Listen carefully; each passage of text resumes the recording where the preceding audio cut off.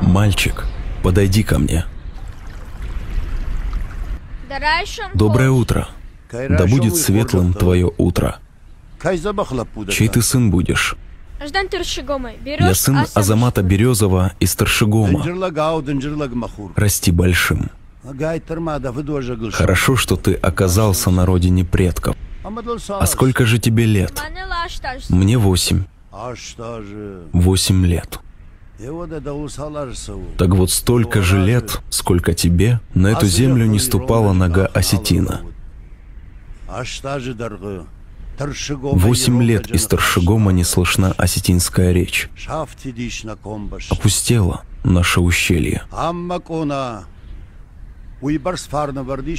здесь столько благодати, что и рассказать невозможно. А теперь посмотри.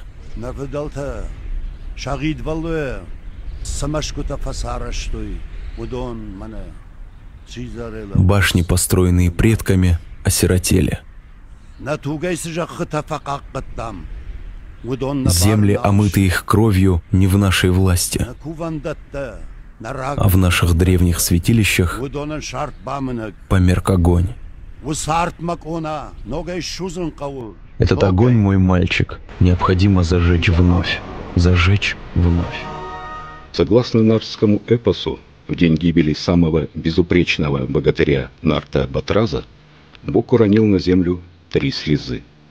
На тех местах, куда упали слезы Бога, в ущельях древней Осетии Алании возникли 3 легендарных святилища.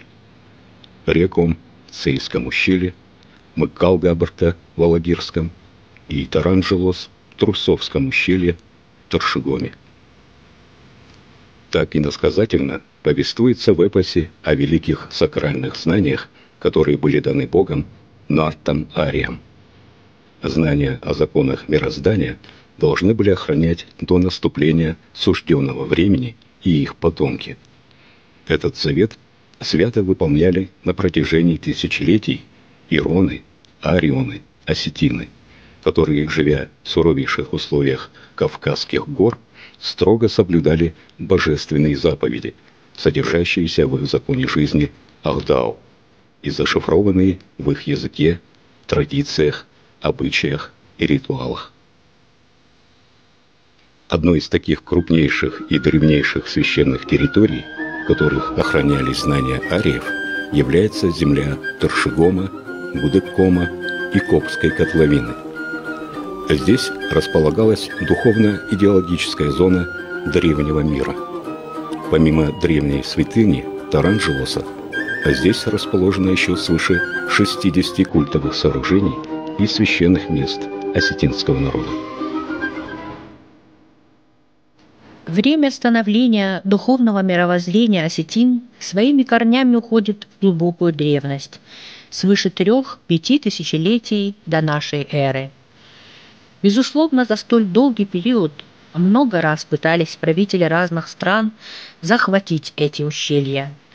Но священное отношение к этой земле заставляло Ира-Салан охранять Дарьяльский проход, Арвыком, Небесное ущелье, и никогда не позволила им отдать кому-нибудь территорию между 2 касарами. Кашара и Кашара – это 2 узких прохода в Алагирском и Ташегомском ущельях, название которых восходит к осетинскому слову «кашар», означающему «порог».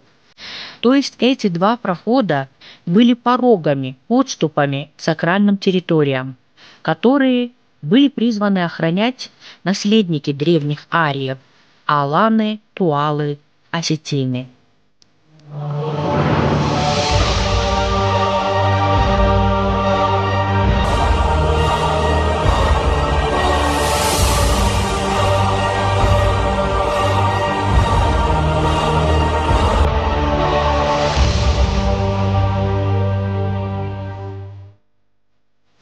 Пребывание на данной территории сармато-аланских племен прослеживается с древнейших времен, вплоть до установления российской администрации на Кавказе. По сведениям армянского автора Артемия Арадского, В административном центре ущелья, современном Казбеке, в самом конце XVIII века проживали одни только осетины. По-видимому, именно преобладанием здесь осетинского населения объясняется и назначение в начале XIX века российским правительством, управляющим горскими народами генерала Казбека Цопыкаты, родом из осетинского ущелья Тыршего. Его именем и была названа гора Казбек. Свидетельством многотысячелетней истории этого необыкновенно красивого горного края являются архитектурные сооружения, древние башенные комплексы, выстроенные по методу так называемой циклопической кладки.